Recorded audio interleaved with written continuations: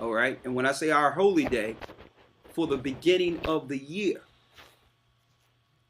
it's March 15th. March 15th. Okay. Wanted to make sure we understand that. We did classes on it a while back. All right. And someone brought it to my attention that I may have misspoken of a date, even though the information was correct concerning it, that the date may have been misspoken. I don't know. I didn't go back to view it. Okay. But I will tell you today that it's March 15th. And I'm going to show you how you can calculate the new month of the year yourself. All right. So let's go. In understanding time, all right, I need you to go to the book of Jubilees first. Let me grab my Jubilees here.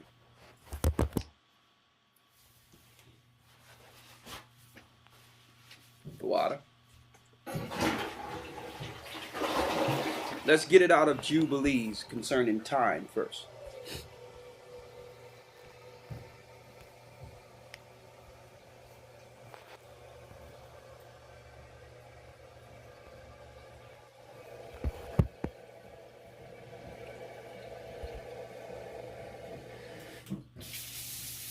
Yeah, hold the one in Enoch also.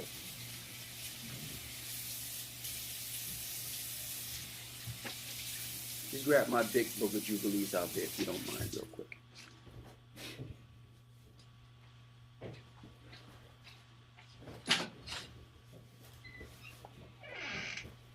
You have it? Mm-hmm. All right, let's go. We're in the book of Jubilees. All right. Now, for those who don't understand or know about the book of Jubilees, let me give you some understanding. All right. The book of Jubilees is further information given to the children of Israel on the mount. The Most High gave the children of Israel, our people, more than what they're showing you, more than what we can see in the Torah. All right. The water. Yeah, this is already marked. You got it? So we're going to be coming out of Jubilees, pseudepigrapha of the Old Testament.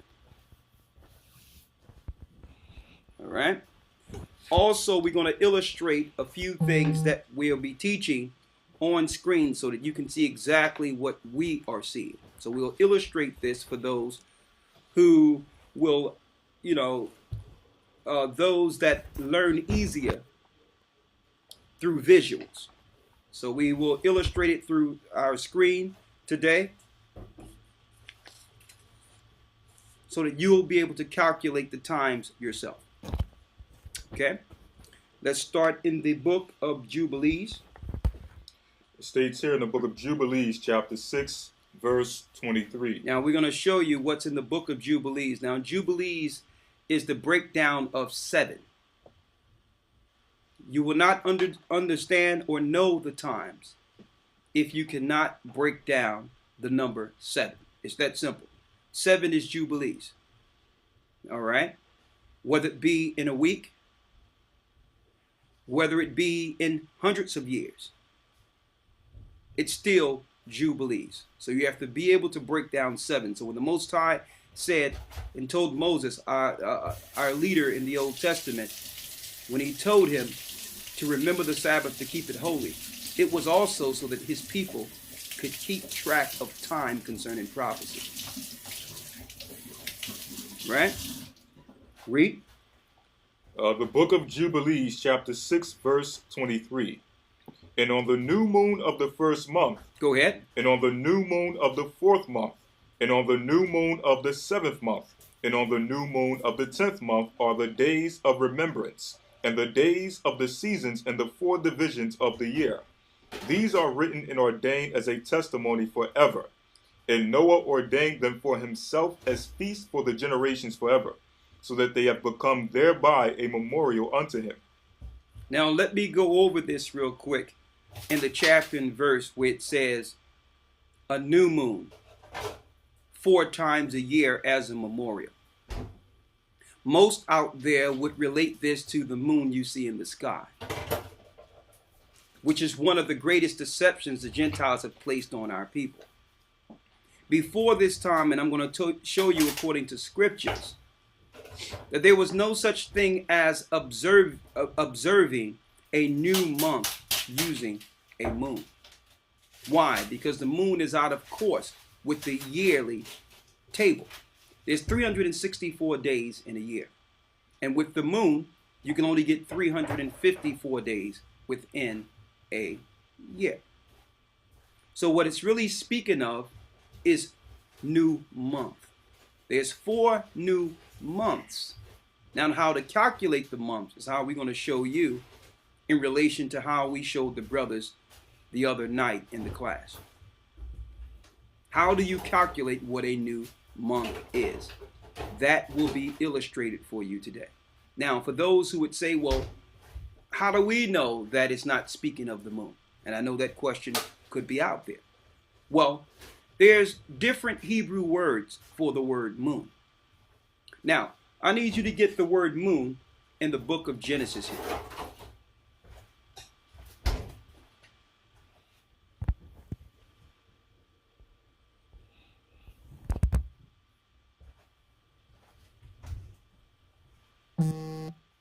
It's the book of Genesis, chapter 37, verse 9. Go ahead. The Hebrew word is H3394. This is the luminary moon. This is the luminary moon. Read. Yarach. That means when you look out in the sky, the Hebrew word for moon, for what you see in the sky, is Yarach. Now let's get another word for moon within the Bible.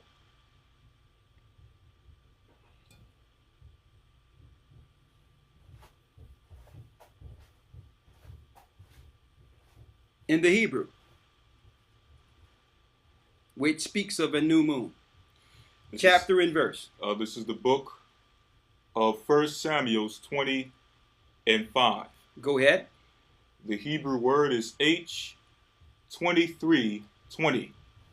The Hebrew word is Chadash. Chadash. So Chadash is for your holy days and change of season when it says new moon or new month.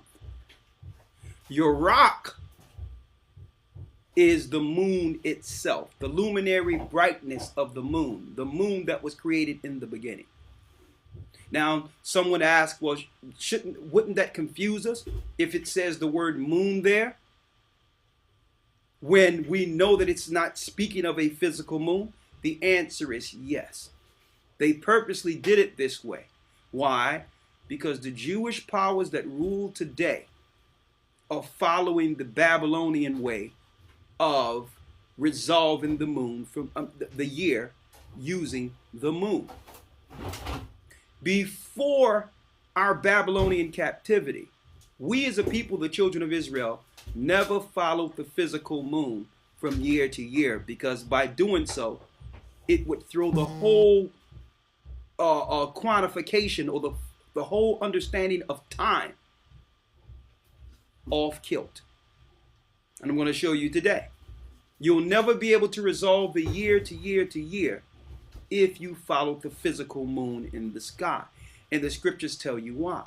So yes, the Masoretes, which are linked to our modern day Jesuits, did this while we slept. While the children of Israel were in darkness, the Jewish people injected the moon so that we could lose track of time. So yes, the records we have, they have actually placed moon in them. But the Most High have given us his holy tongue, the Hebrew, to resolve these matters so that we don't throw out this information just because they changed a few words. Okay? So on top of teaching the world the truth through the Spirit of the Most High, we'll also tear down the lies of those who took our records while we slept. See? So now let's go back to Jubilees. So this is not speaking of the Yarach or the moon. It's speaking of a change of month that have nothing to do with the moon. Read. This is the rest of verse 25. And on the new moon of the first month, Go ahead. so that they have become thereby a Salakia. And on the new moon of the first month, he was bidden to make for himself an ark. And on that day, the earth became dry. And he opened the ark and saw the earth. And on the new moon of the fourth month, the mouths of the depths of the abysses of the earth were opened, and all the waters descended into them. Go ahead. And on the new moon of the 10th month, the tops of the mountains were seen, and Noah was glad. And on this account, he ordained them for himself as feasts, for a memorial forever. And thus are they ordained. And they placed them on the heavenly tables, and each had 13 weeks, from one to another,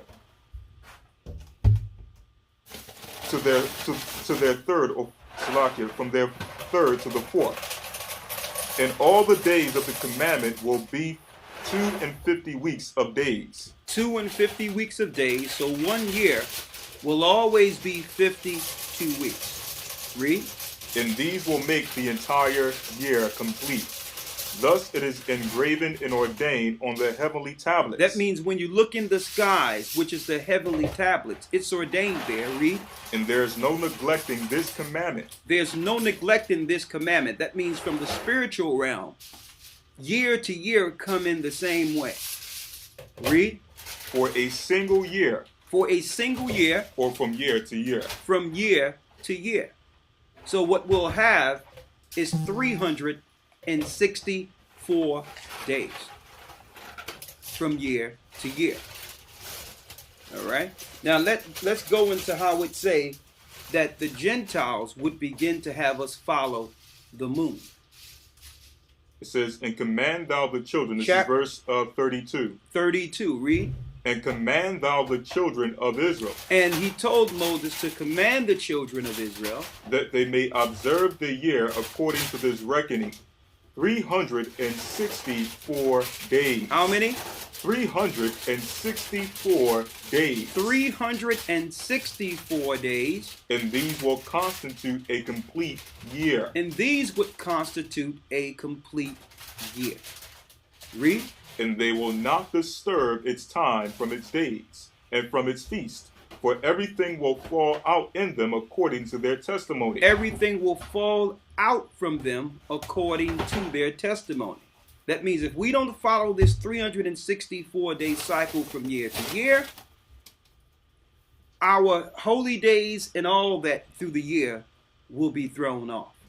And you're going to find out for years this was so. But the Most High at the very end would reveal how to deal with his holy days before we're reckoned with as a people in the wilderness. We would have that information. Read. For everything will fall out in them according to their testimony. Go ahead. And they will not leave out any day nor disturb any feast. But if they do neglect. And do not observe them according to his commandment. So if we don't follow the Most High 364-day cycle, then they will disturb all their seasons. They will disturb the seasons. And the years will be dislodged from this order. Go ahead.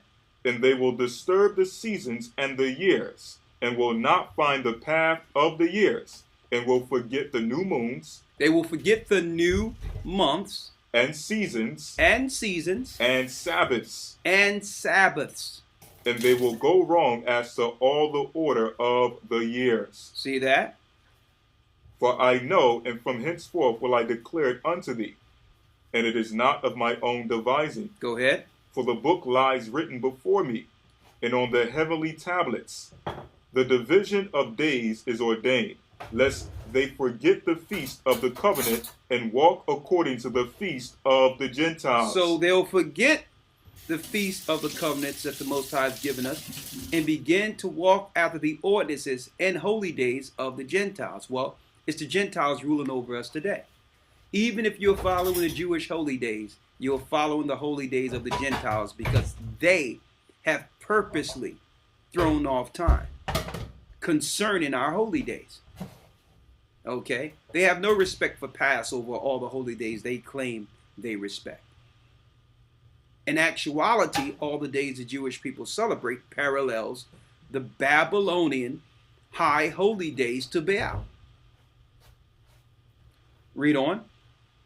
After their error and after their ignorance. After the Gentiles' error in ignorance. Why? Because the law was not given to the Gentiles. So the majority of the Hebrews that are out there are actually following the Jewish way of reckoning holy days from year to year. So how can you get the information from the enemy and say that they are correct? If they lied concerning who they are, of course they would lie concerning the holy days. The last thing that they would want to do as a people is to connect us as a people, the children of Israel, to our God. So while we slept, they changed certain words so that we, when we awaken and search for the Most High, would fall into a snare that they have set for us. To continue to follow their the Gentile ways in the gods, the fallen gods, the Gentiles' leaders. Read on. For there will be those who will assuredly make observations of the moon. Here's the mistake we will make. We will do what? For there will be those who will assuredly make observations of the moon. It would be those who would make observation of the moon. Read. How it disturbs the seasons. How it disturbs the seasons. And comes in from year to year, 10 days too soon. It comes in from year to year, 10 days too soon. Read. For this reason, the years will come upon them when they will disturb the order. Now, why does it say the moon that from year to year it comes in 10 days too soon? Well, if any of you were to actually get the cycles of the lunar before you, you'll see that there's 6 months, 30-day cycles for the moon, and 6 months, 29 days for their monthly cycle. And when you add those days together, it gives us 354 days. That means each year, if you go by a lunar year, it's coming in 10 days early. So imagine if you did this for thousands of years, hundreds of years. That means your clock would be well past the correct heavenly table's clock. See? But if you follow the 52 Sabbaths, remember the Sabbath to keep it holy. If we were to stay on those Sabbaths, that means Sabbath means seventh day, and the seventh day is Saturday, not Sunday. Sunday is the first day of the week, by the way. Genesis chapter 15. This year, March 15th. I don't have to calculate anything else. I can count 52 Sabbaths and know that the next year, no matter what your Gregorian calendar says, I know that that Saturday sundown, when I count 52 Sabbaths, is the new year. It's that simple. All right? It's that simple. That's because we will not reckon time according to the moon. The Most High gave Moses this information, this understanding. See? Read. Jubilee 6, the rest of verse 37. And if you know, if Moses had the information, who was sent to speak to Moses? Christ.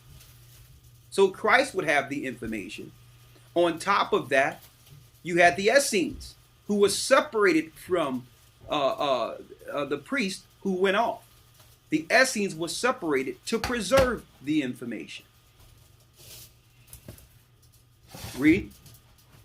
For this reason. For this reason. The years will come upon them when they will disturb the order and make an abominable day the day of testimony. So they would make an abominable day. That means our people eventually, following the Gentiles, would make a satanic day.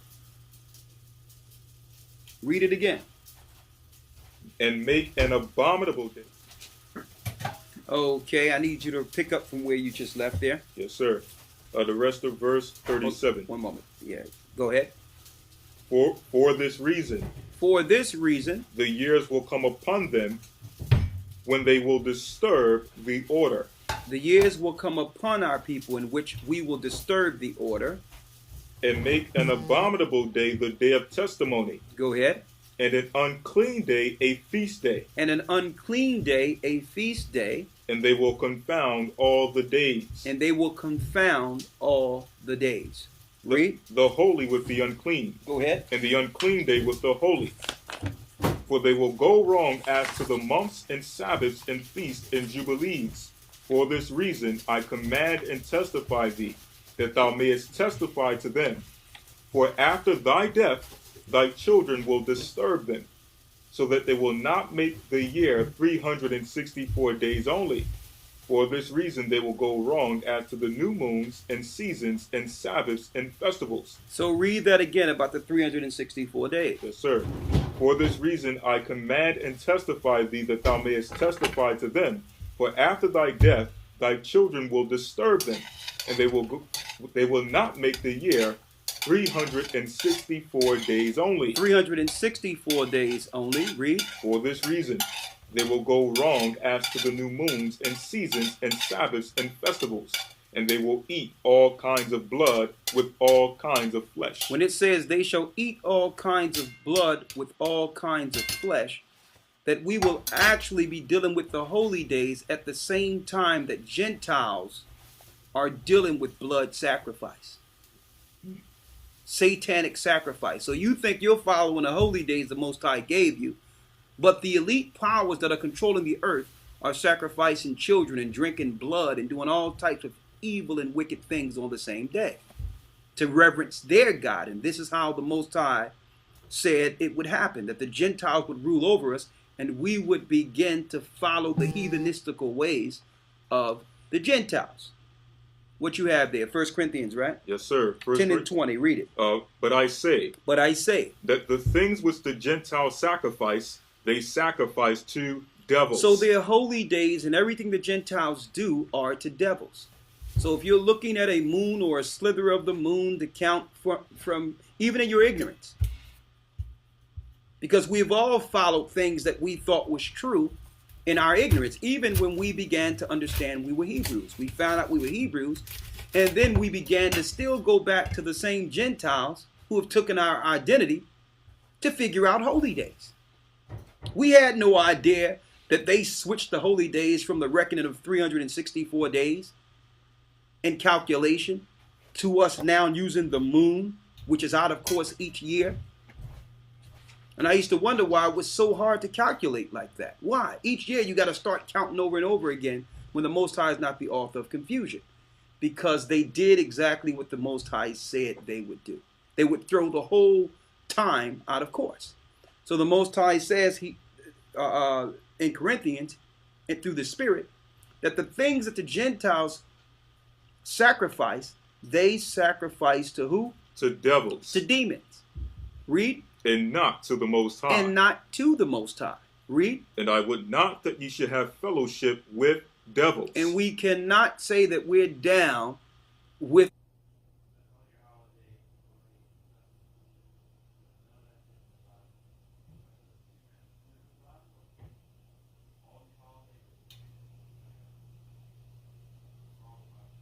the way the Gentiles are doing things, because we know that when they get in charge, they will begin to reckon our holy days with the moon.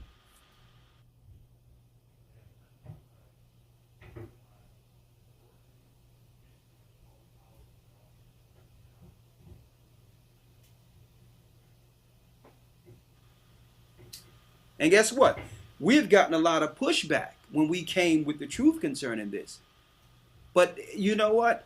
I would rather have the pushback and have the truth out there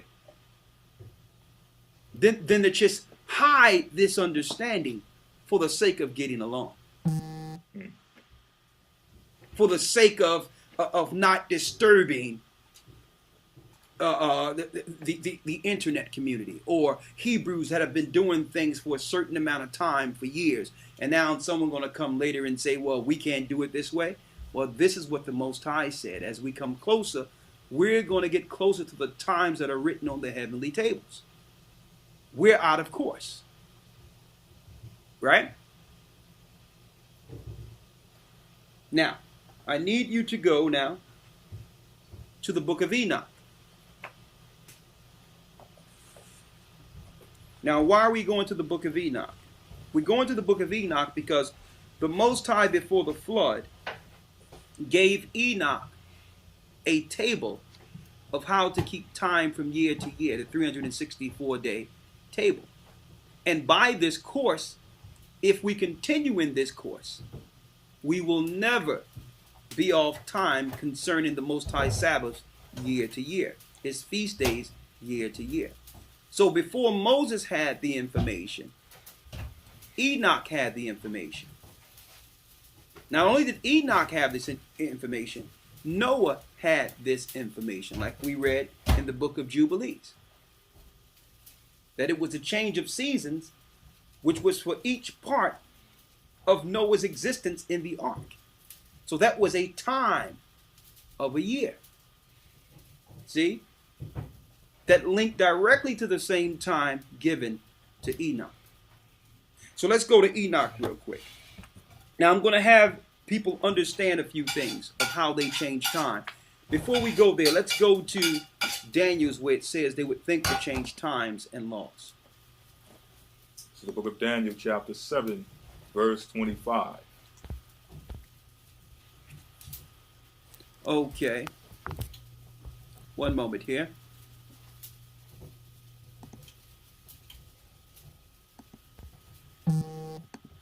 Go ahead.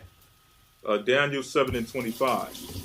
And he shall speak great words against the Most High, and shall wear out the saints of the Most High. So the people that were placed in charge, predominantly the Romans, who are now have hid their Roman genealogy and their Idumean ideology by hiding themselves in jewelry, by hiding themselves as Jews. It's speaking of the Romans. They shall think to change times and laws. Read. And think to change times and laws. Go ahead. And they shall be given into his hand until a time and times and the dividing of time. To show you these people who would think to change times and laws would in the end be over God's chosen people until the reckoning, which is the time and dividing of times. So these people that are ruling the earth under Satan, purposely while we slept, did everything in an attempt to change time. Now, can you really change time according to the Most High heavenly tables? The answer is no, because the heavenly tables are still intact 364 days a year, which means the stars are going to come out the time they're supposed to in their cycle. The moon and the sun and the moon is going to operate in their cycle from year to year. So that's never going to change from the heavenly realm. It's the deception that would happen on the earth concerning our connection to the Most High. See that? Now, we're going to show you how we can get back on that time. But before then, I'm going to illustrate something to you that probably you didn't know concerning time.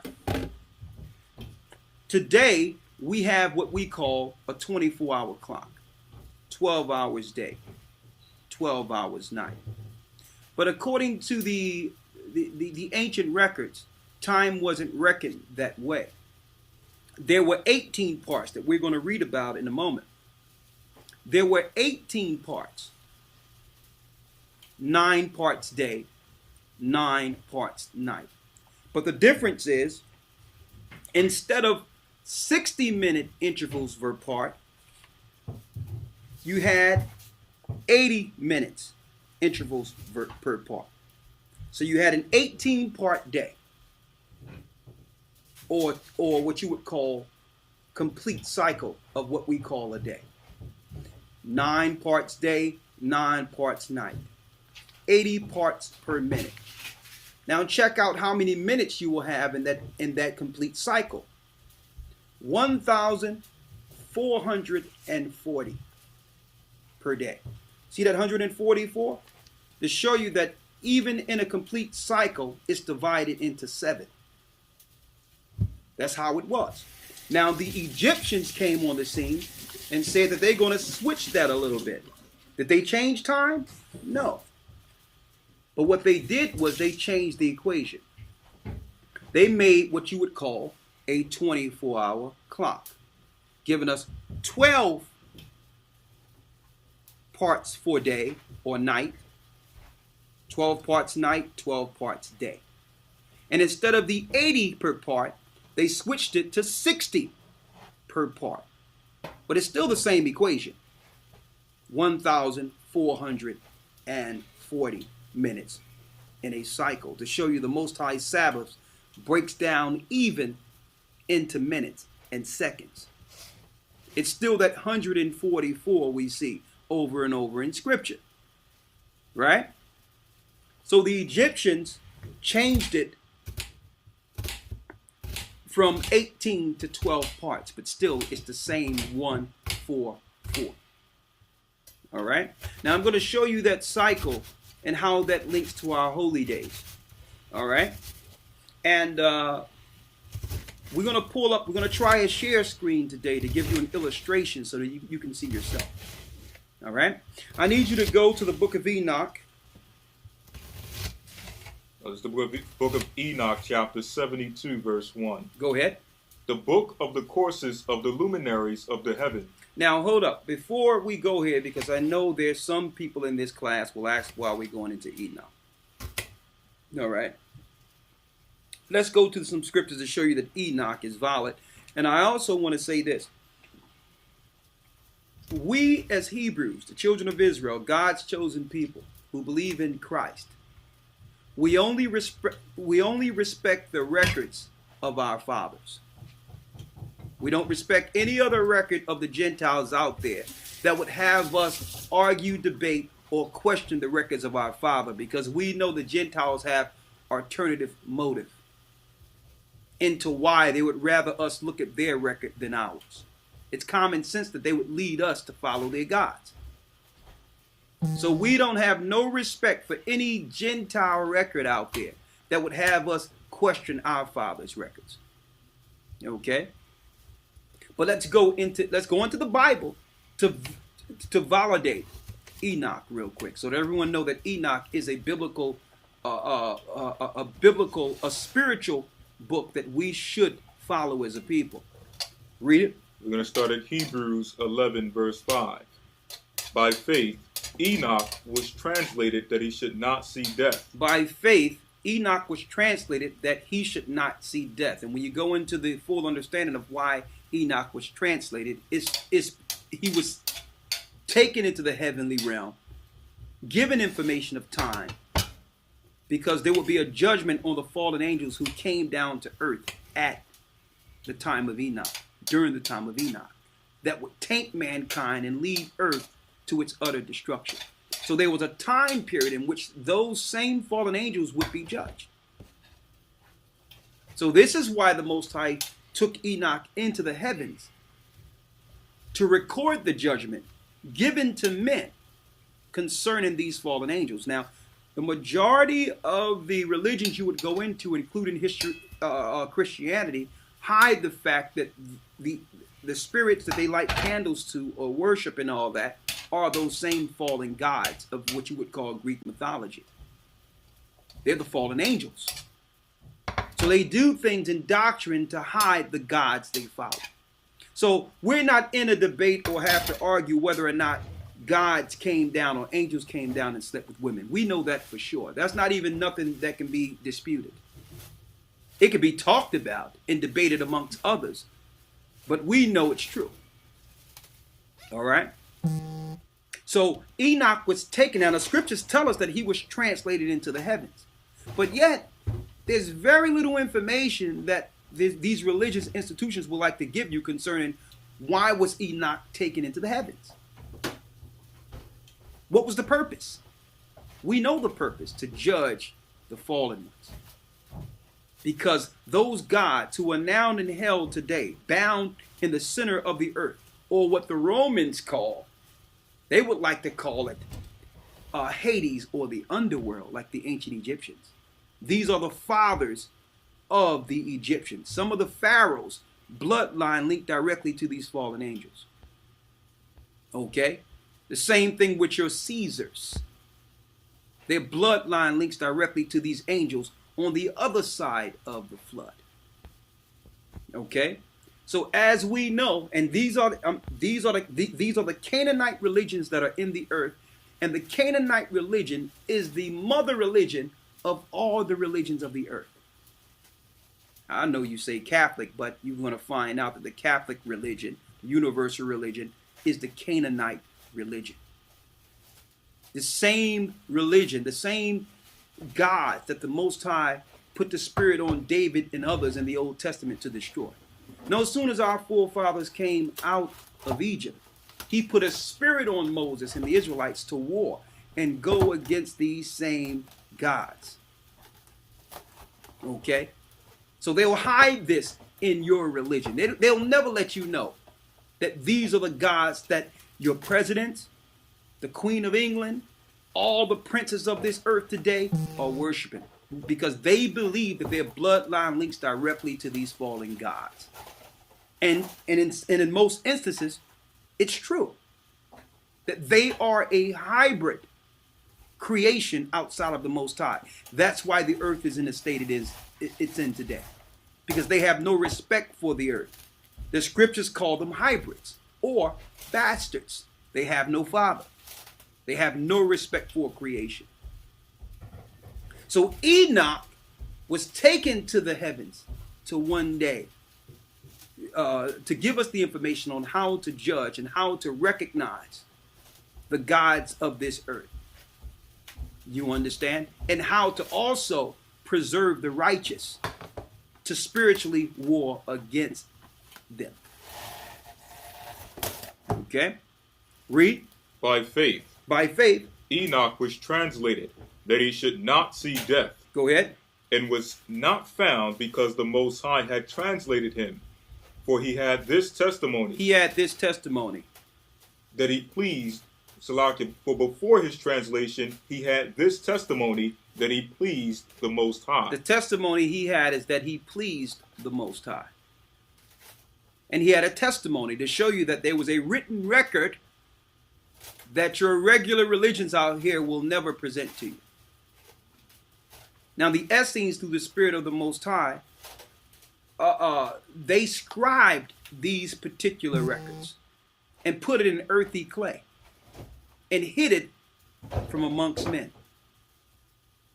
Okay, and a lot of you, if you look at the Essenes, the Romans were looking to kill them. All the other Gentile kings were looking to destroy them, but the Most High preserved them so that they can preserve our record. They were separated from the priests who began to go off and go against the Most High. Later on, it was translated. The best translation of Enoch you can find is under R.H. Charles. Okay? Oxford University, yes, our universities, these universities who hide our information, they paid this man top dollar once this information was found in the Qumran caves to sit in a room for years to translate this information and hid it from the population. All right? Now we understand why the Dead Sea Scrolls, the Book of Enoch, were found in the Qumran caves. Because the Most High knew that he needed some information in which the Gentiles or the Masoretes would not destroy or inject their ideology into. Let's read what Enoch, let's read in the book of Jude concerning Enoch. This is Jude 1 and 14. Go ahead. And Enoch also the seventh from Adam prophesied of these. And Enoch prophesied of these. Saying. He's speaking of those wandering stars. Read the 6th verse. Verse 6. And the angels which kept not their first estate. And the angels which kept not their first estate. But left their own habitation. Left where they lived, which is the heavenly realm. He have reserved in everlasting chains under darkness until the judgment of the great day. So the fathers that came down on Mount Hermon into the earth are bound in Hades. They are the gods of the underworld. One name you can give for one of them, in Egypt lore. In Egypt lore, there's a name for one of them. Osiris. Osiris. Osiris. And see, and that's why they won't allow us, our people, because I've been there, to actually go into the pyramids and read what's there's a record that's recorded there of why the pyramid was made and who's down there. Osiris is no mythological god, okay? He's bound in Hades. And the Great Pyramid is a gateway into Hades or hell. Okay? And you'll never hear this information in the Christian church. That's why your Queen of England, Barack Obama, and all of them go there and reverence their God, the fallen God, their father. Okay? Another name he has outside of Osiris is Azazel. Azazel. Read.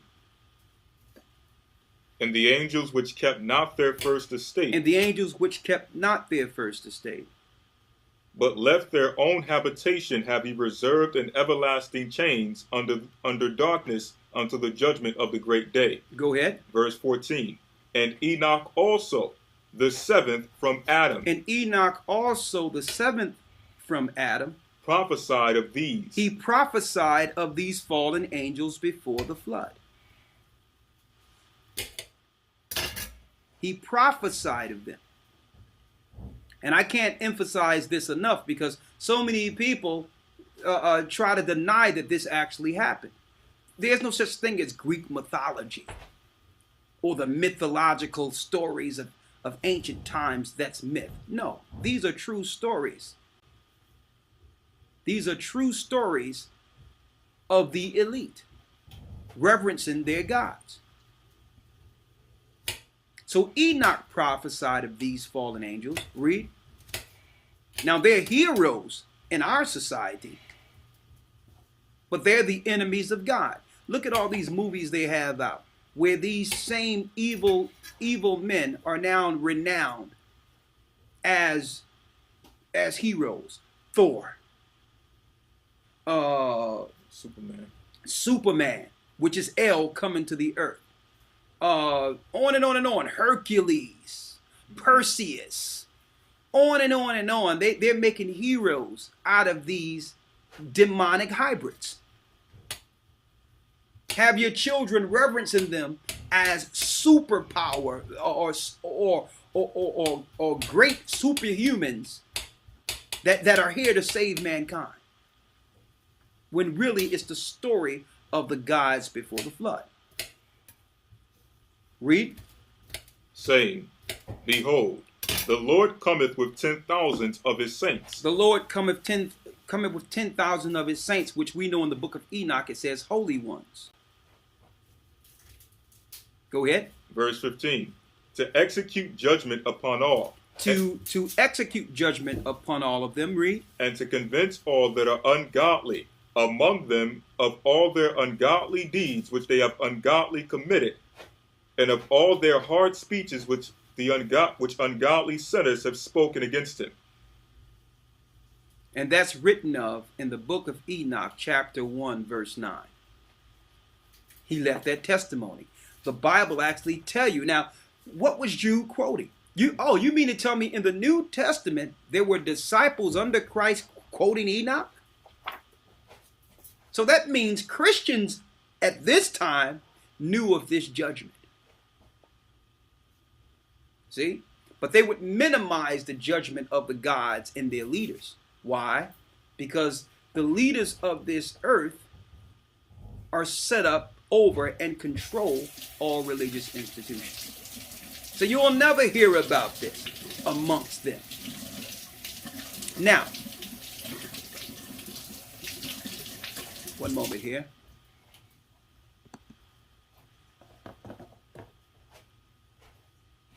Okay, they said the picture is getting worse, but the audio is good. One moment. One moment here. Okay. Thank you for your patience. All right, we're recording now. All right. Now, as you can see, the Bible validates the truth concerning Enoch and his testimony. Now we're going to go into Enoch concerning the time, of how we know how to calculate the time according to the 364 days, which was reckoned according to Moses. That was reckoned and given to Moses also to show our people. And why are we doing this? We're doing this to show you that our holy days are precise from year to year. That the gathering of Christ Church will only deal with holy days concerning this 364-day reckoning. We will never deviate from that. We will never deal with holy days according to the calculations of the moon. All right? Now, let's go into Enoch and let's show it here. This is the book of Enoch, chapter 72, verse 1. The book of the courses of the luminaries of the heaven. Go ahead. The book of the courses of the luminary of the heavens. The relations of each according to their classes, their dominion and their seasons, according to their names and places of origin, and according to their months, which Uriel, the holy angel who was with me, which is their guide, showed me. And he showed me all their laws exactly as they are. So we know the angel Uriel is the god of all the luminaries, which you would call the general of all the stars, the sun, the moon, and everything that operates, which we see on the heavenly table. Uriel is the god under the Most High that's over these functions from the heavenly realm. Read. Which Uriel, the holy angel who was with me, who was their guide, showed me, and he showed me all their laws exactly as they are. So there's a law of the heavens. All right. Read. And how it is with regard to all the years of the world and unto eternity. So we are to reckon this time according to what we're reading until eternity. Read. Till the new creation is accomplished, which dureth till eternity. Until the new heaven and the new earth appears. We are to reckon according to this time. Now keep in mind, if we go off and start following the moon, we would lose course according to this time. And while the children of Israel slept, while we were in captivity, the Gentiles began to change things so that when we awaken, we would be on the course of the Gentiles. We would believe that we would follow the holy days according to we'll think that we're doing it according to the Most High, but would be following the Gentiles. Now, why is this important?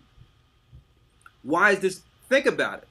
If the Most High destroyed our priests and took us down as a nation because we began to take our holy days and put it on the days of Baal, the Babylonian worshiping of the moon, if we fail doing that, how can we now make it as a people if we awaken as the children of Israel, find out we Israel, and then start following the same holy days the Most High chastised the priests for on the same time of the Gentiles?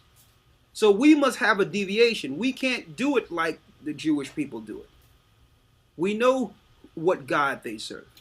We must do it according to the reckoning of the ancient tables. Listen to this clearly. Go ahead.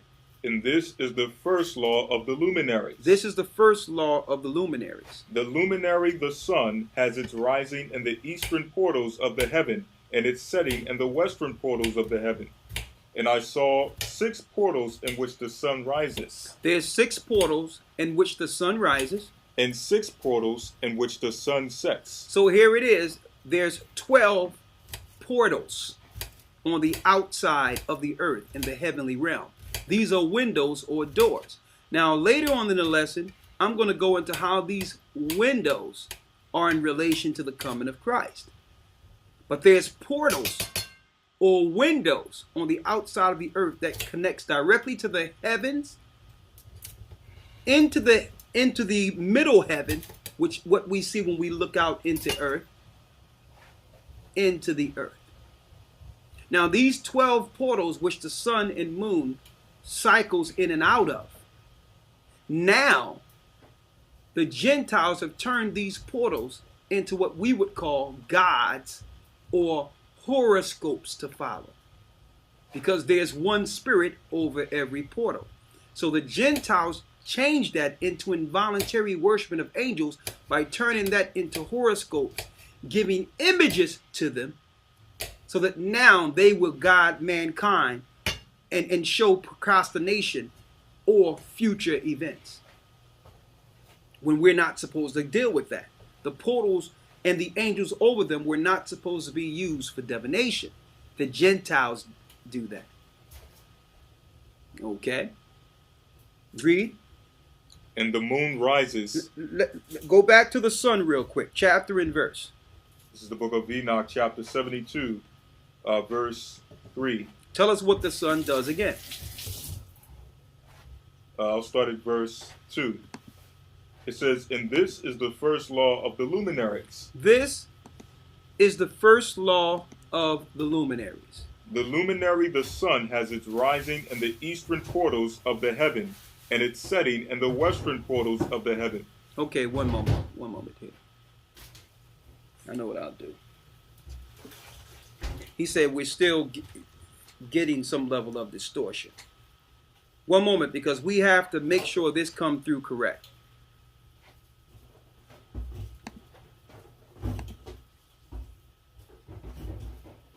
All right, one moment.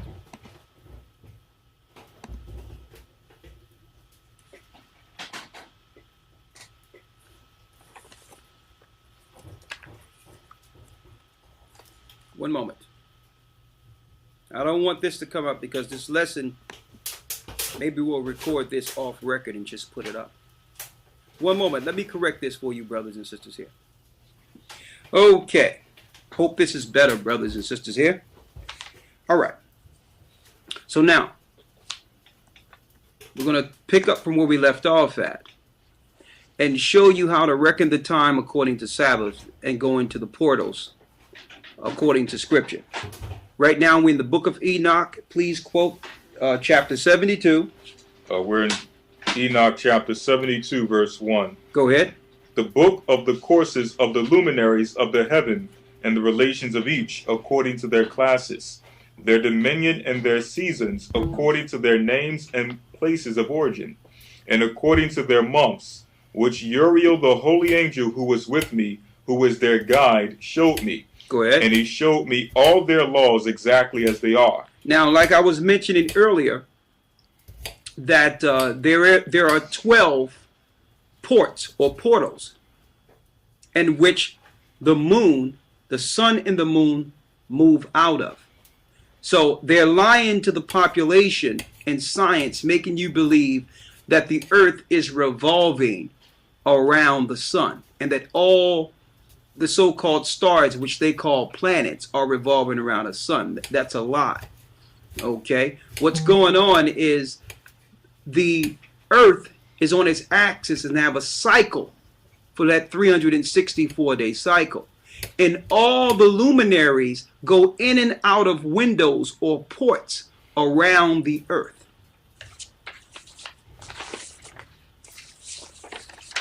You may have seen something like this concerning an atom. And what science is really telling you is that everything is actually revolving around the face of the deep, which is the earth. Okay? And what the Gentiles have done, they have made a diagram of these portals so that mankind can worship these angels that are over the portals. That's what they have done. They've made a diagram and symbol to worship these angels over portals. And it links also to your horoscopes of how now mankind are using these portals for divination. Same thing as zodiac signs as well. Same thing. Horoscopes, satanic. But go on. Who was with me, who is their guide, showed me. And he showed me all their laws exactly as they are, and how it is with regard to all the years of the world and unto eternity. So you must calculate time for eternity according to what the Most High have shown Enoch. Read. Till the creation is accomplished, which dureth till eternity. Until the new heaven and the new earth, which Christ will bring. Read. This is the first law of the luminaries. The luminary, the sun, has its rising in the eastern portals of the heaven, Now let's break down the sun now. Go ahead. and its setting in the western portal of the heaven. And I saw 6 portals of which the sun rises, There's 6 portals in which the sun riseth, and 6 portals in which the sun sets, and 6 portals in which the sun sets. Go ahead. and the moon rises and sets in these portals, and the leaders of the stars and those whom they lead, 6 in the east and 6 in the west, and all following each other in accurately corresponding order. All who also many windows to the right and left of these portals, Many windows to the right and left of these portals, to show you that these are windows from the heavenly tabernacle into the earth. So this is how angels or the spiritual realm travels into our earth. Read. and the first goes forth the great luminary named the sun, and his circumference is like the circumference of the heaven, and he is quite filled with the illuminating and heating fire. The chariot on which he ascends, the wind drives, and the sun goes down from the heaven and returns to the north in order to reach the east, and is so guided that he comes to the appropriate portal and shines in the face of the heaven. In this way he rises in the first month in the great portal, which is the 4th. And in the 4th portal from which the sun rises is the first month, or in the first month are 12 window openings, from which proceed a flame when they are opened in their season. So here we go. You see the sun moving through portals around the earth, which is indicative to months, leading to years. So the sun is not in one place 100 billion miles away from the earth. The sun is actually operating and moving in and out of portals around the earth. That's how it works. Science would have you believe that things came from a big bang, the sun is just in one place, the moon is in the other, and that the earth is perpendicular from the sun, and when the earth turns, then the sun shines on it. See, but that's impossible, because there's places that are underneath at the bottom of the earth that still receive sun. If the sun was just in one place in the heavens, it would only give light to the top of the earth. Common sense. So the sun is moving in and out of portals around the earth, which is also a time in itself, just as if a hand was moving around a clock. Read. And in the 4th portal from which the sun rises, in the first month are 12 window openings, from which proceed a flame when they are opened in their season. When the sun rises in the heaven, he comes forth through that portal 30 mornings in succession, and sets accurately in the 4th portal in the west of heaven. And during this period, the day becomes daily longer, and the night nightly shorter. So what that's telling you is when the new year begins during the spring, you have more light each day. And then it keeps going until it gets to the fall. As a matter of fact, I have a diagram before me to show you. On the diagram, how when the beginning of the year, it calculates around. Each day, until it gets to this point, you have 2 minutes extra each day of light. And then when it's ticking down from the fall, you begin to get 2 minutes less of light. That's why you have less light going into the fall, and especially in the winter. So during the springtime, it starts here. You have equal parts day and equal parts night we're going to read for the last day of the year. And then you start having more sun, 2 minutes each day, up until you get to this point, which is the center, which is fall. Then after fall, we begin to get 2 minutes less of sun, and that's why it's darker earlier during the winter, until it comes all the way around here again, equal parts day and night, and it starts giving you more day again. That's how it works. Read.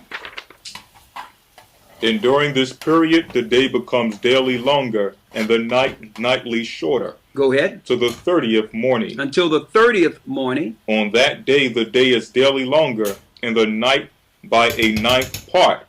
And the day amounts exactly to 10 parts, and the night to 8 parts.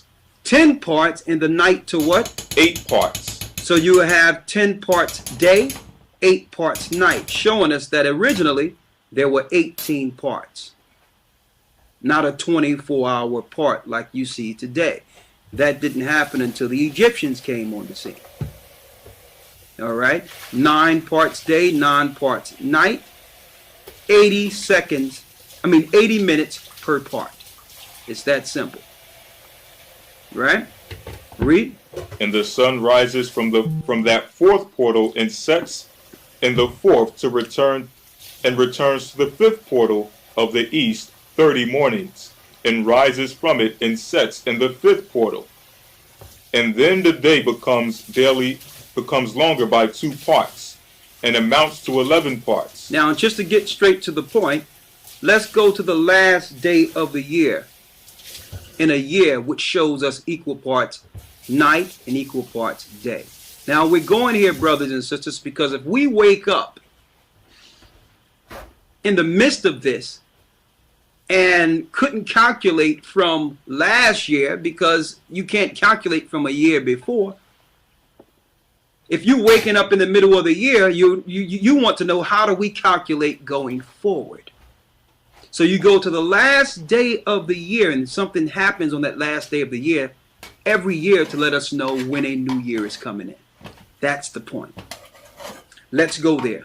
Enoch. This is Enoch 72, verse 30. Enoch 72 and 30. It says, on that day the night decreases in length, and the night amounts to 10 parts, and the day to 8. And on that day the sun rises from that portal and sets in the west, and returns to the east, and rises in the third portal for 1:30 mornings. 1:30 mornings, go ahead. And sets in the west of the heaven. 32. On that day, which is the last day of the year, the night decreases and amounts to 9 parts. Go ahead. And the day to 9 parts. And the night is equal to the day. And the year is exactly as to its days, 364. And it's exact to the days, 364. So what do we have here? What it's showing you on the last day of the biblical year, on the righteous year in which the earth should follow and don't, that there's equal parts night and day, which is right here leading to 0 to start a new year.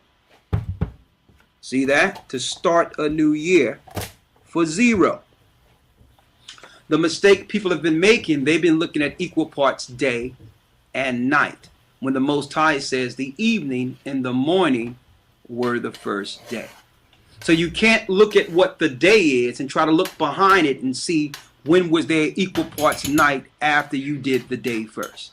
It's impossible, because in a new year, each day you get more sun than night. You get more day than night. So if you try to say equal parts day and night and try to find that, you'll never find it. You must look the day before and know the time between the night first and the day for the last day of the year. And I'm saying that because we have people emailing us saying they cannot find the time anywhere. It's still off for minutes because they're looking at equal parts day and night. No, the night came first.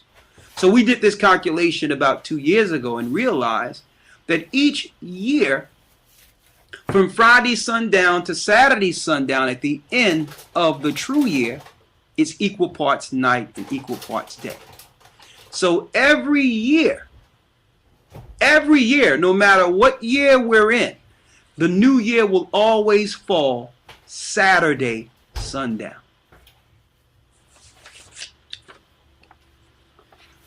So this 0 here will be Saturday sundown. When we count 14 days from that, you have your first holy day called the Passover. Right here where that red line is. That will be the Passover. To show you that the Passover will fall Friday night to Saturday sundown every year. So the second Friday every year will be the Passover, which is in the second week of the first year, written up in Leviticus 23. So instead of dealing with the moon, which they deceived us into thinking, we're dealing with the month. So we'll count 14 days from a new month for the year after equal parts day and night right here, and we'll automatically get the Passover. And see, by following this, we'll know when all the other holy days fall in also. The new month's real turn should have, the new moon's real turn in Scripture should have been new months. We got a month here, which is a Sabbath. A month here, which is a Sabbath, which is a dividing of seasons. Spring, summer, spring, summer, fall, winter. These division of lines give us the 4 holy days for the changing of seasons, and it have nothing to do with the moon. It have everything to do with the cycles. You got equal parts night, equal parts day. When that happens, that's Saturday sundown. New year. Saturday is the 7th. So each year ends on what? You got it. It ends on the end of the Sabbath, going into the first day of the week. Quite simple. It's cycles of 7. They threw us off. Now we're going to show you in Scripture, in the same Scripture, of what will happen if we begin to follow the moon. It tell you that in Enoch. Let's go there real quick when it speaks of the moon's luminary. This is the book of Enoch, chapter 74. Go ahead. Verse 1. And I saw another course, a law for her. He saw a law for her. Now notice the Scriptures call the sun him and the moon her. See? Because all of creation is after the image of the Most High. Male and female made he them. So the sun is the stronger dominant, and the moon is the female. And that links also into how all the Gentile gods or all their religions are led by female deities, like your Islam with the crescent moon. They're worshiping the feminine.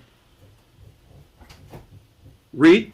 I'm going to jump back to 73 and 1. Go ahead. It says, and after this law, I saw another law dealing with the smaller luminary. The smaller luminary. Which is named the moon. Which is named the moon. And her circumference is like the circumference of the heaven. And her chariot in which she rides is driven by the wind. And light is given to her in definite measure. And rising and setting change her rising and setting change every month. And her days are like the days of the sun. And when her light is uniform or full, it amounts to the 7th part of the light of the sun. And thus she rises, and her first phase in the east comes forth on the 30th morning. And on that day she becomes visible, and constitutes for you the first phase of the moon on the 30th day, together with the sun, and the portal where the sun rises. Now what is that telling us in a nutshell? In order to actually know and count from the moon itself, you must first know the cycle of the sun in the beginning, because she don't come into light until what? The 30th day. So what was going on 30 days before that? See, you can't calculate her by herself, because she can't even be reckoning in a new year until 30 days have already passed. Can you see that? That's why it says in the 30th day. It don't start with the first day concerning the moon. See that? Read. Verse 5. And the one half of her goes by a seventh part, and her whole circumference is empty without light, with the exception of 1/7 part of it, and the 14th part of her life. And when she receives 1/7 part of the half of her light amounts to 1/7 part of the half thereof. And she sets with the sun. And when the sun rises, the moon rises with him, and receives 1/2 part of light. And in that night, in the beginning of her morning, and the commencement of the lunar day, the moon sets with the sun, and is visible that night with the 14 parts and half of one of them, and she rises on that day exactly a seventh part, and comes forth and recedes from the rising of the sun, and in her remaining days she becomes bright in the remaining 13 parts. And to resolve what we're reading here, so you can understand when you read it back, she actually follows the sun through portals. See, it's the female following the male. So what happens if you begin to follow the moon, which actually is reckoned by what the sun does? Yep, begin following the female. That's basically all your religions, because most of these religions are Babylonian. That entails surrounding us from Babylon, female deity, fallen angel, whatever. So, Nephilim, whatever. Right by Satan and Nimrod, so wake up. Bible is truth, not religions. There's one in Jeshua, he's asking about where, according to the Bible. Jewish people are Romans from Esau, they're not the people. Christ is the Son, not the Father. Father wrote the name Ahai Shahai, I am that I am, given to Moses. Follow the Bible, all the commandments, get baptized. Christianity, Catholic, lies. All the denominations, they don't teach you the Bible, they give you a false Christ called C.J. Bourget. Your government satanic, your religions are satanic, your origin history, wake up. You realize what's going on slaves with the maker be some men and scattered, they're not Jewish people are Romans from Esau, so wake up. Everything you know is a lie, bro. Science, NASA, all lies. Follow the only truth of the Bible, King James Version. They allow in King James too. 80 books. Wake up. You'll go off. And the Gentiles knew this. Now I need you to go to the next chapter and show that. Read. Yes, sir. Chapter 74, verse 1. Read it. And I saw another course, a law for her. I saw another course, a law for her. And how according to that law she performs her monthly revolution. And all these Uriel, the holy angel who is their leader of them all, showed to me in their positions, and I wrote down their positions as he showed them to me. Go ahead. And I wrote down the months as they were, and the appearance of their lights, till 15 days were accomplished. In a single seventh part she accomplishes all her light in the east, and in the single seventh parts accomplishes all her darkness in the west. And in certain months she alters her settings. It says in certain months, she, being the moon, alter her settings. So sometimes her cycle is off. It's going to show you that. Read. And in certain months she pursues her own peculiar course. She does what she wants to do in certain months. Sound like female, right? Read. In 2 months the moon sets with the sun. In those 2 middle portals, the third and the fourth, she goes forth for 7 days and turns about, and returns again through the portal where the sun rises, and accomplishes all her light. Go ahead. And she recedes from the sun, and in the 8 days enters the 6 portals the sixth portal from which the sun goes forth. Go ahead. And when the sun goes forth from the days, and when the sun goes forth from the fourth portal, she goes forth 7 days, until she goes forth from the fifth and turns back in 7 days in the fourth portal and accomplishes all her life. And she recedes and enters into the first portal in 8 days, and she returns again in 7 days into the fourth portal, from which the sun goes forth. Thus I saw her positions, how the moons rose and the sun set in those days. And at 5 years. So Enoch is seeing this from the heavenly tabernacle. He's seeing how it operates from the heavenly realm. Don't forget, he was taken into heaven to see how the luminaries work in its proximity to earth. Right? Read. And if 5 years are added together. So if you add 5 years together, check out what Enoch says here. If you add 5 years together, the sun has an overplus of 30 days. The sun have an overplus of 30 days. Read. In all the days which accrue to it for one of those 5 years, when they are 4, amount to 364 days. Go ahead. And the overplus of the sun and of the stars amounts to 6 days. And 5 years, 6 days, every year come to 30 days. And the moon falls behind the sun and the stars to the number of 30 days. Go ahead. And the sun and the stars bring in all the years exactly. The sun and the stars bring in all the years exactly. You notice he doesn't say the moon. And the reason why, because the moon comes in, yearly cycle comes in 10 days too early. Read. So that they do not advance or delay their position by a single day unto eternity, but complete the years. But until when? Unto eternity. Read on. But complete the years with perfect justice in 364 days. So they complete their cycles with total justice for 364 days.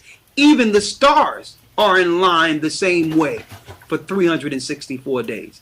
There's only one luminary out of all of them that's out of course from year to year, because her phase is only 30 days, 30 days, 30 days. 6 months is 30 days, 6 months 29 days, which is outside of the 364. See that? Now what we're showing you is pure math. There's no way you can keep track of time from year to year with a luminary that comes out of course each year 10 days. Impossible. So how would the prophets keep a fixed time for the Passover every year if this was so? Read. This is chapter 74, the rest of verse 13. Go ahead.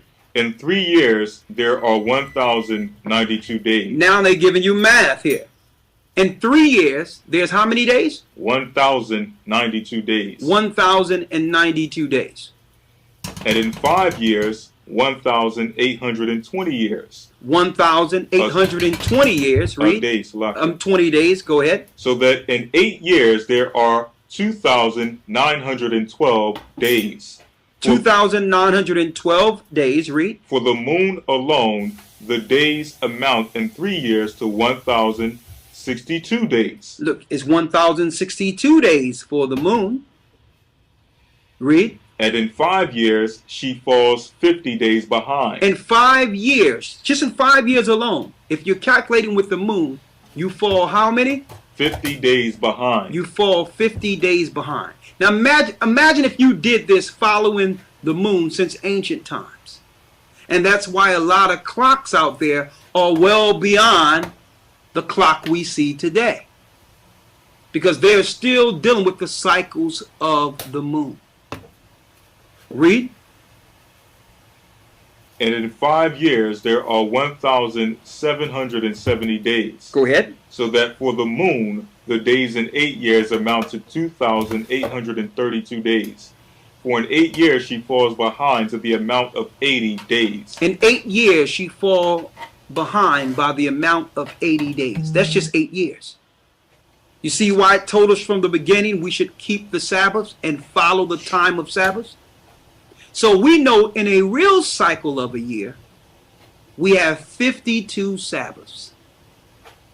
The year come in, equal parts night and day, at the end of a Sabbath, which begins the first day of the year, which is really the first week of the year. And that cycle will continue 364 days until eternity. So the only thing you would have to find out at first, which we've already done the research on, was when did that equal parts night and day, when did that come in? And we come to find out that's every year, Saturday sundown. Every year, Saturday sundown gives you the first day of the year, and that never deviates. You count 52. Now, it doesn't matter what the Gregorian calendar, whatever they give you, it doesn't matter. Because the luminaries will always keep their course with the cycle of 364. And that's why on your calendars they give you leap years and different things to try to resolve the fact that they are not dealing with the 364. They have to do leap years and take away days and do certain things so that they can actually line up.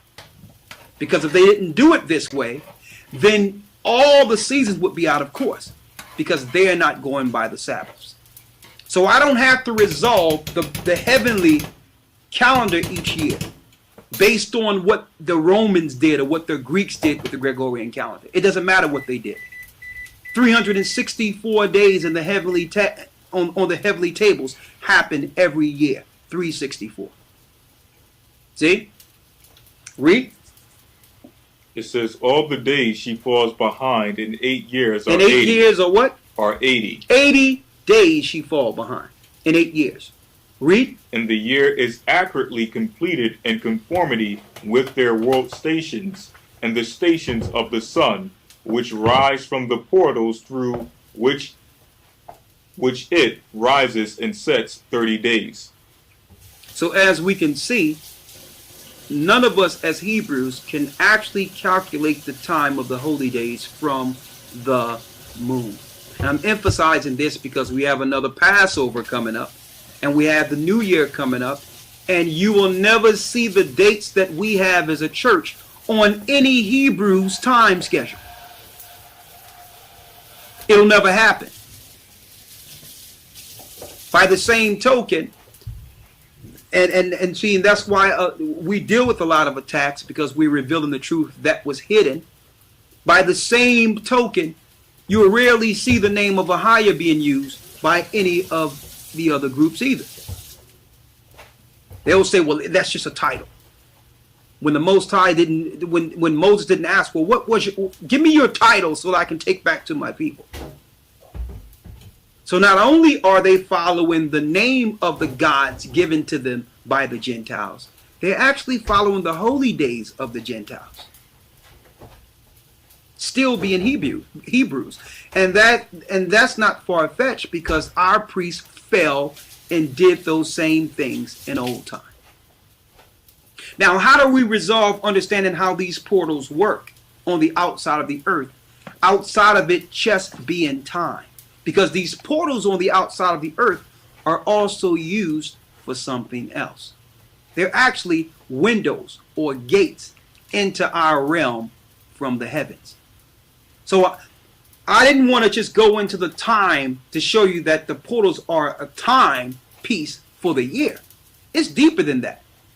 And it also links directly to the coming of our Lord and Savior, Christ, when it comes to portals. And see, and that's why the world elites in this earth are working day and night while they're distracting us all, distracting you all and other people, especially those that are asleep, not you, because we know you are awake, but have distracted the world while they're out in the heavenly realm preparing for the final war, knowing exactly from which portals the angels enter into our realm. That's the real reason they're out in space. Okay? That's the real reason. So I'm going to go into these portals real quick, and I want to show you a few things. First off, the United States never went to the moon. Let me make that clear. They never went to the moon. The eagle never landed on the moon. That was a Hollywood spread so that you all, well, the majority of the population of the earth, would not push back on the funding that NASA needed to build their weaponry and to go back out into the heavenly realm, like their Lord Lucifer promised he would take them. So Lucifer didn't only promise that he would go there, he promised the leaders of this earth that if they help him, he would take them with him. So you can't tell the population on the news, well, listen, we need some funding. We need you all to work for our corporation so that we can fund going out and fighting against Christ and fighting against the Heavenly Father, because there's really a spiritual war going on between us and the righteous angels. They can't tell you that. So they had to come up with some Hollywood spread that they landed on the moon so that now NASA can go before Congress and go before Senate and say, listen, we need more funding because now we've accomplished something. And who knows, there might be more life out there. It might be more territory. Hey, maybe we can find more water. If they really cared about finding something or improving the earth or life itself for us, then they would have treated the earth better. So it's not about going out to help the earth while they're destroying it. Don't you think that's a little asinine or backwards? They are not out in space to land on the moon or to find out if there's other life. They know there's other life. When I say there's other life, the leaders of the elite powers are another life form, Nephilim. And you don't have to go out in space to find them. They are on earth. Okay? So we're going to resolve the truth concerning these portals and what that means for Christ and the elect of the earth. Because these portals are windows from the heavenly realm into different parts of this earth. And they know this. And they also know that there is an elect in this earth that at the very end, when Christ returns, will be pulled through them. Because these portals operate from the heavenly realm into the earth, which means there's windows within the circumference of the earth, in which angels can travel from one part of the earth to another in less than a second. There's doorways in the earth that links directly to these portals. And that's how the angels come into the earth. Okay? Now, to show you this and how this links to Christ and his coming, let's go to Psalms, the 24th chapter real quick. This is the book of Psalms, chapter 24, verse 7. And we're going to go into the Hebrew, because in order to understand this, you must have the Hebrew open before you. All right?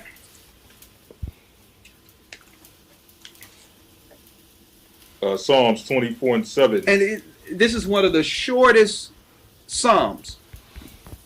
And it says so much. Start at the first verse. Psalms 24 and 1.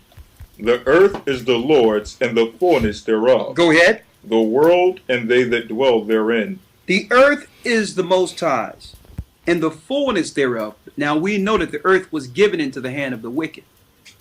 That the earth have been tainted and destroyed. We're talking about mankind having cancer. They have given the earth cancer to the point where the Christ will have to bring us a new heaven and a new earth. Read. Verse 2. For he hath founded it upon the seas and established it upon the floods. Go ahead. Who shall ascend into the hill of the Lord? Who shall ascend unto the hill of the Lord? Now that's deep right there. Because ascending means what? Going out. You are ascending. Who will what? Who shall ascend into the hill of the Lord? Or who shall stand in his holy place? And who shall stand in his holy place? Now, hold that, because we know that this is only for the righteous. We know that there's a door or a window in which Christ left and will return. But what did Lucifer say? What did Lucifer say? Stick with me. This is Isaiah chapter 14, verse 12. Read. For thou hast said in thine heart. This is what he have said. No, let's go a verse before that. How art thou fallen? Verse 12. How art thou fallen from heaven, O Lucifer? How did you fall from heaven, O Lucifer? And he's the God of all the Gentiles. I don't care what religion you're following. He's your God. In ancient Rome, he was called Zeus. In ancient Greece, he was called Zeus. And they don't make no bones about it. As a matter of fact, over in Europe today, in Turkey today, they have taken the whole temple of Zeus, which was in Pergamos, Satan's seat, and reconstructed it in a museum. So while you guys are out there claiming that, oh, this is all mythological and the atheists are saying God don't exist, well, how did they reconstruct Zeus's temple in Turkey or over in Europe if this is not real? Read. For thou hast said in thine heart. This is what Lucifer has said in his heart. I will ascend into heaven. I will what? I will ascend into heaven. I will ascend into heaven. I will exalt my throne above the stars of God. I will exalt my throne above the stars, to showing you that he know about the portals. He know about the stars. He know about the heavenly tables that we read of in Enoch. See? Read, because he was once amongst them. He was an holy cherub that shineth from the heavens. Son of the morning, which means he was one of the singers that came before the throne every morning. Read. I will sit also upon the mount of the congregation and the sides of the north. So he promised to go exactly to where the Most High is. And that sides of the north is actually from the heavenly realm, but it links directly in the earth to Mount Hermon. The sides of the north, or the doorway from the sides of the north, from the heavenly realm, links into a gate in the earth, Mount Hermon. Let's get that real quick. Which shows the sides of the north is Mount Hermon. Then we're going back to Psalms 24. This is Psalms 48 and 1 through 2. Psalms 48, 1 through 2. Read it. Great is the Lord, and greatly to be praised in the city of our power. Go ahead. In the mountains of his holiness. Beautiful for situation, the joy of the whole earth is Mount Zion. Go ahead. On the sides of the north, the city of the great king. So we know that Mount Zion is the sides of the north within the earth. Mount Zion is Mount Hermon. So he promised that he would one day go out into the realm and link into the sides of the north. You understand? But he would have to use a gate to do so. And that's why they linked up with the elites to try to get technology that can help him get back there, because once Christ came to the earth, he stopped the doorway in which Lucifer used to go before the throne and accuse the brethren. Now let's go back. Psalms 24, verse 3. Let's go. Who shall ascend into the hill of the Lord? Or who shall stand in his holy place? Go ahead. He that hath clean hands. He that have what? Clean hands and a pure heart, who have not lifted up his soul unto vanity, nor sworn deceitfully. He shall receive the blessing from the Most High, the righteousness from the Most High of his salvation. Go ahead. This is the generation of them that seek him. This is the generation of them that seek the Most High. That seek thy face, O Jacob. That seek thy face, O who? O Jacob. O Jacob. You understand? And that's why all the nations, The real Israelites, Abraham, Isaac, Jacob's 12 sons, that gives the 12 tribes, a people, not a religion. Physical bloodline people, no religion. By the way. And they're Jacob, Israel. So, Jacob's 12 sons. So, Jewish people are literally Romans from Esau. They're from Esau. Idumeans, Khazarian converts and all that. So, they're not the people. Right? The Bible tells you, Genesis 49, Deuteronomy 20:68, it tells you where Jacob went. Scattered out of Jerusalem. They wouldn't be in Jerusalem until Christ returns and all that. And when true people are on land, when the true people are in the land, there'll be no more war. So they're not the people. The real people, Israelites, the real Israelites are Jews. Black people are the slaves. Black people are the slave ships. Mexicans, Hispanics, Native Americans, Venezuelans, the nations, Haitians, Jamaicans, Hawaiians, shit like that. That was like six to eight tribes. loathe the Most High, because the only pure that can actually get this change and operate with the Father are the sons of Jacob, and they understand this. The Gentiles know this wholeheartedly. So they have joined allegiance with their Lord Lucifer or Satan, probably other names of God within the Masonic orders all over the earth. They've joined with him so that they can be accepted and one day receive what the Most High promised us. But not by going our way, but going through another door, which Lucifer or their fallen one Satan have promised them. Listen to this clearly. Read. Lift up your heads, O ye gates. Lift up your heads, O ye gates. And be ye lift up, ye everlasting doors. Now I need you to go to heads in your Hebrew real quick to show you that this is actually speaking of something deeper than what you see through Scripture. Lift up your heads. It says, lift up your heads, O ye gates. Go ahead. The Hebrew word for head is H7218. Go ahead. Ra'ash, which is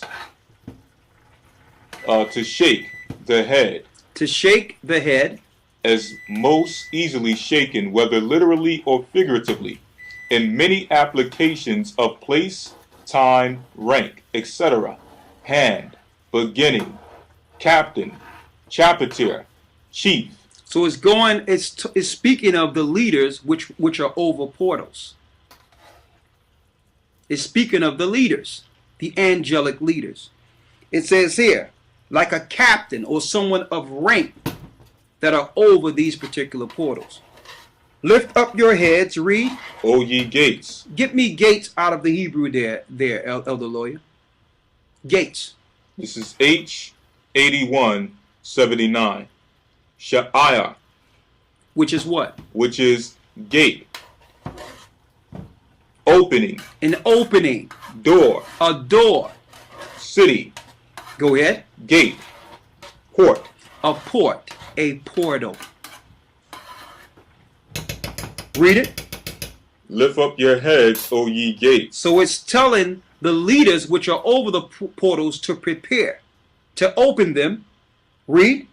And be ye lift up. And be ye lift up. Read. Ye everlasting doors. Ye what? Ye everlasting doors. Ye everlasting doors. These are the gates which were in heaven, as we read in Enoch. Read. And the King of glory shall come in. And who shall come in? And the King of glory shall come in. So this tells us that even the powers that be know exactly what portal Christ is coming through,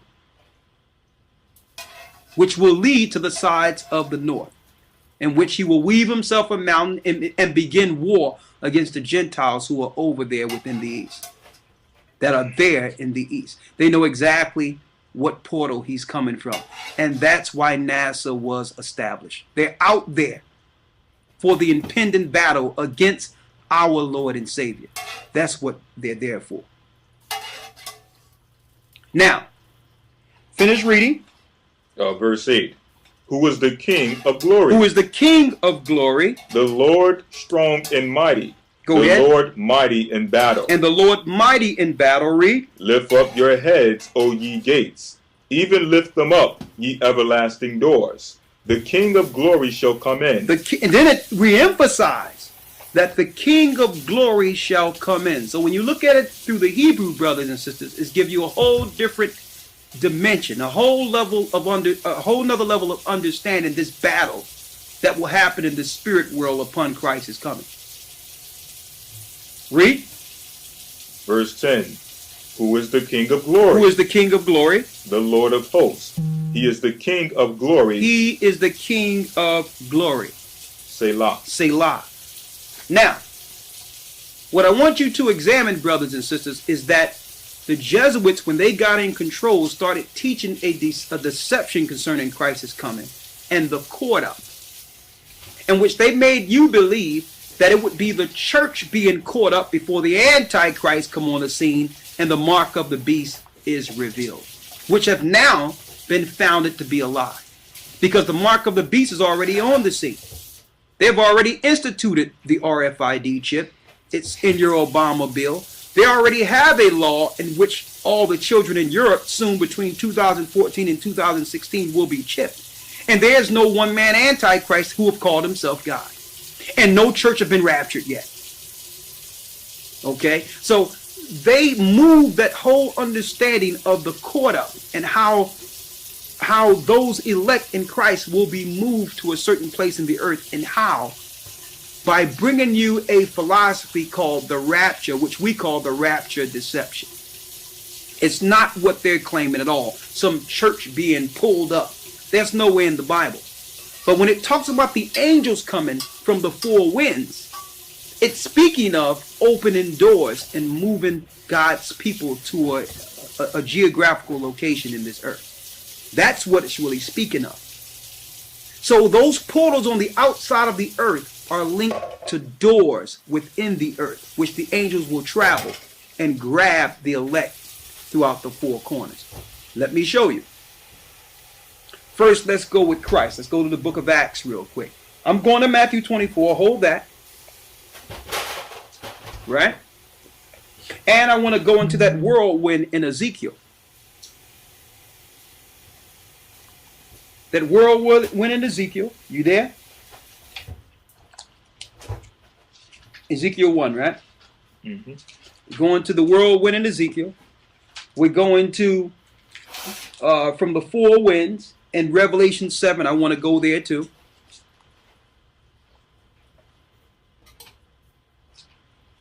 Right?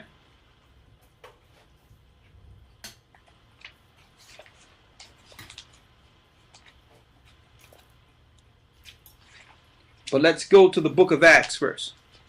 This is Acts 1 and 7. Go ahead. And he said unto them, It is not for you to know the times or the seasons which the Father hath put in his own power, but ye shall receive power after the Holy Spirit is come upon you. And when it says you're not to know the times or seasons, it's not saying we can't keep track of time. What that's speaking of is when you look in the book of Matthew, it tells us that no man know the day or the hour. So no one can be on this earth predicting exactly when Christ is coming into the earth. Okay? That's totally off. No man can say, well, listen, Christ's going to be back at this date or that date. Or they can't come and say, well, Christ is in the desert. Or they know where Christ is. And start taking people places to meet Christ. That's totally off. All right? So that's what it's speaking of. Read. But ye shall receive power after that the Holy Spirit is come upon you, and ye shall be witnesses unto me both in Jerusalem and in all Judea. Okay, and another thing, the Jerusalem in Israel today is not the true Jerusalem. They have deceived the people into believing that where they are is the Jerusalem of ancient times, and that's a bold-faced lie. Okay, number one, the Israel they're showing you today is only a small slither of how big Israel was. And I'm talking about parts of Egypt, parts of Syria. They only have a little land mass. And see, and that's why they're going into Gaza now, looking to extend, because they realized when they went there that they were only colonizing one part to begin to eventually take all of what originally was Israel. That's what the Middle East war is about. When we fell as a people, the Gentiles went in, Moab, Ammon, you name it. They went into the land and started dividing our land by lots. Other nations started taking parts.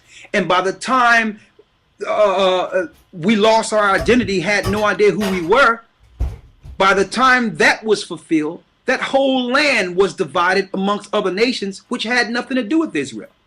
So when 1948 happened, which was a pretext for the Romans to stake their place in our land, they only colonized a small area and called that the state of Israel. Okay? But that's not Israel. That's only a little part of it.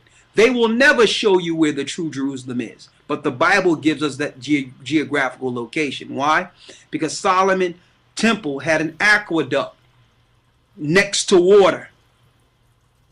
And it gives you a geographical location of where the real temple was built and where it is. And it's not what they're showing you, brothers and sisters. It's more so near the sides of the north. Okay, so I'm going to tell you right now, everything they have showed us, the Gentiles it is, the synagogue of Satan, which are the top sorcerers on this earth, they have played a trick on the whole earth, not just saying that they're Jews. Geographical locations, the real purpose of their Judaism religion, the whole nine. They have lied on everything. But let's not go too far. What you got there? This is Joshua 1:3-4. Read. It says, every place that the sole of your foot shall tread upon, that I have given unto you, as I said unto Moses, from the wilderness. From the wilderness, that's where we were when we came out of Egypt. And this Lebanon. To Lebanon. Even unto the great river. Even to the great river. The river Euphrates. The river Euphrates. That's all the way through Africa.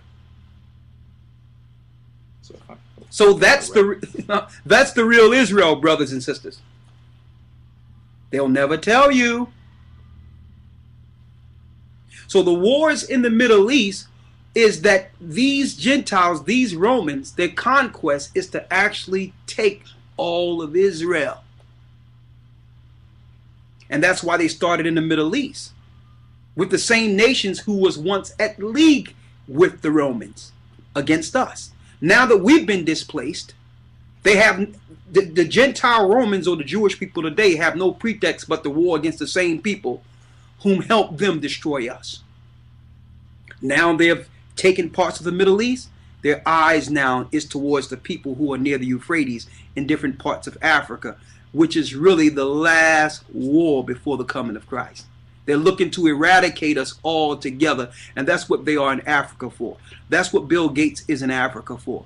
He knows that these are the children of Israel. He knows that the Most High have awakened us. They know this.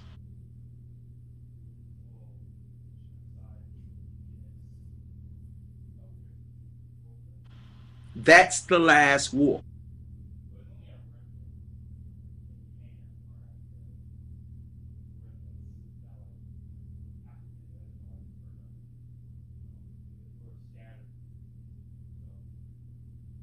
So Israel is not what you think it is.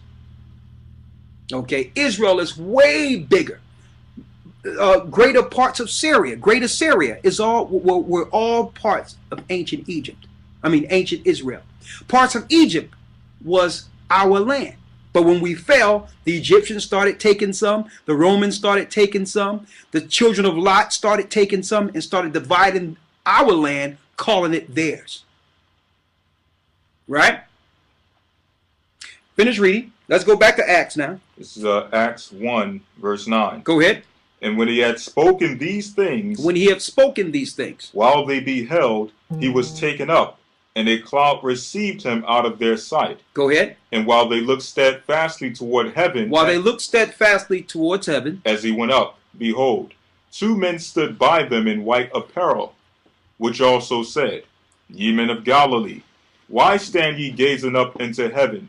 This same Yeshua, which is taken up from you into heaven, shall so come in like manner as ye have seen them go into heaven. He will ascend. He ascended into heaven. He's going to come back the same way. Read. Read that last part again. Verse 11, which also said, ye men of Galilee, why stand ye gazing up into heaven? Why are they looking into heaven? The angels ask. This same Yeshua, which is taken up from you into heaven. The Yeshua, which been taken from you up into heaven, read. Shall so come in like manner. He's going to come from space. He's going to come from the heavenly realm.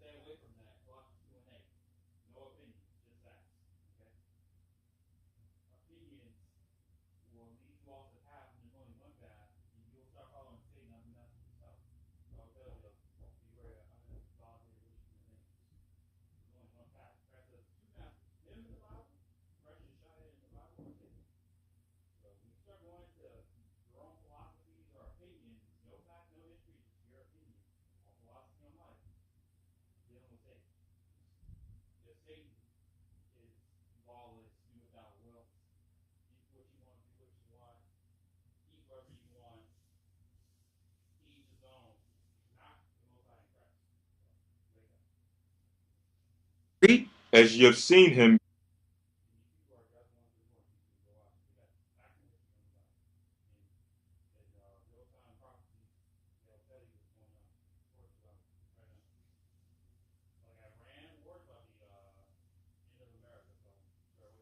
Go into heaven. So if you want a geographical location of where he's coming from, which is in the mystery and tables, we can go back to where? Let's go. Psalms 24. And read the 7th verse.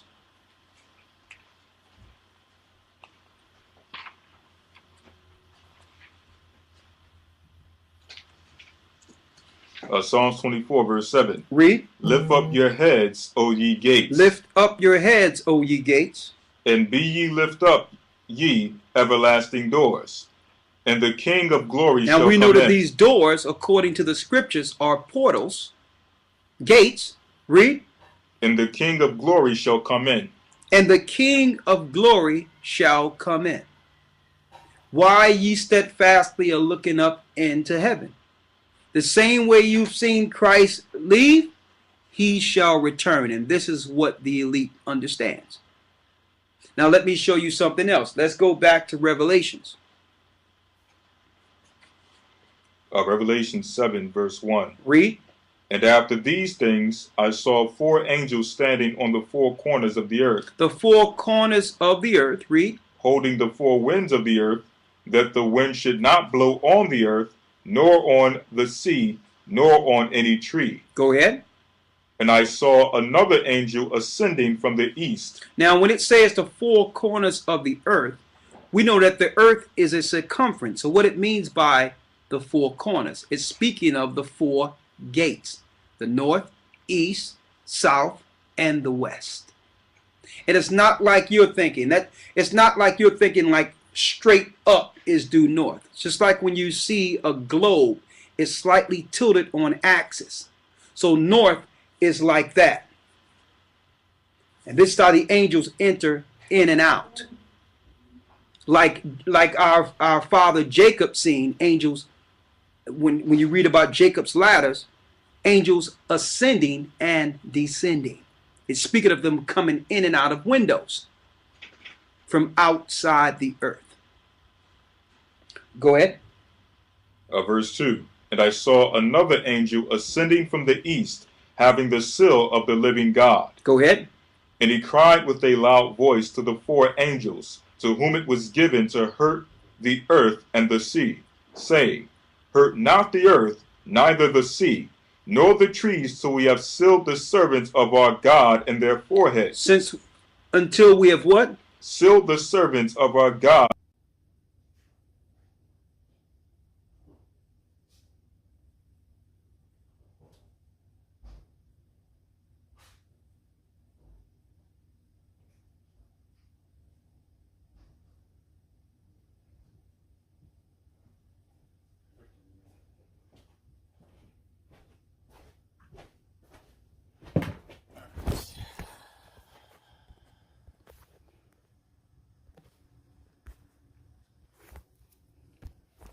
God and their ladders, the angels enter in and out. See, a globe is slightly tilted on axis. So north is like that. And this is how the angels enter in and out. Like our Okay. Read the Bible.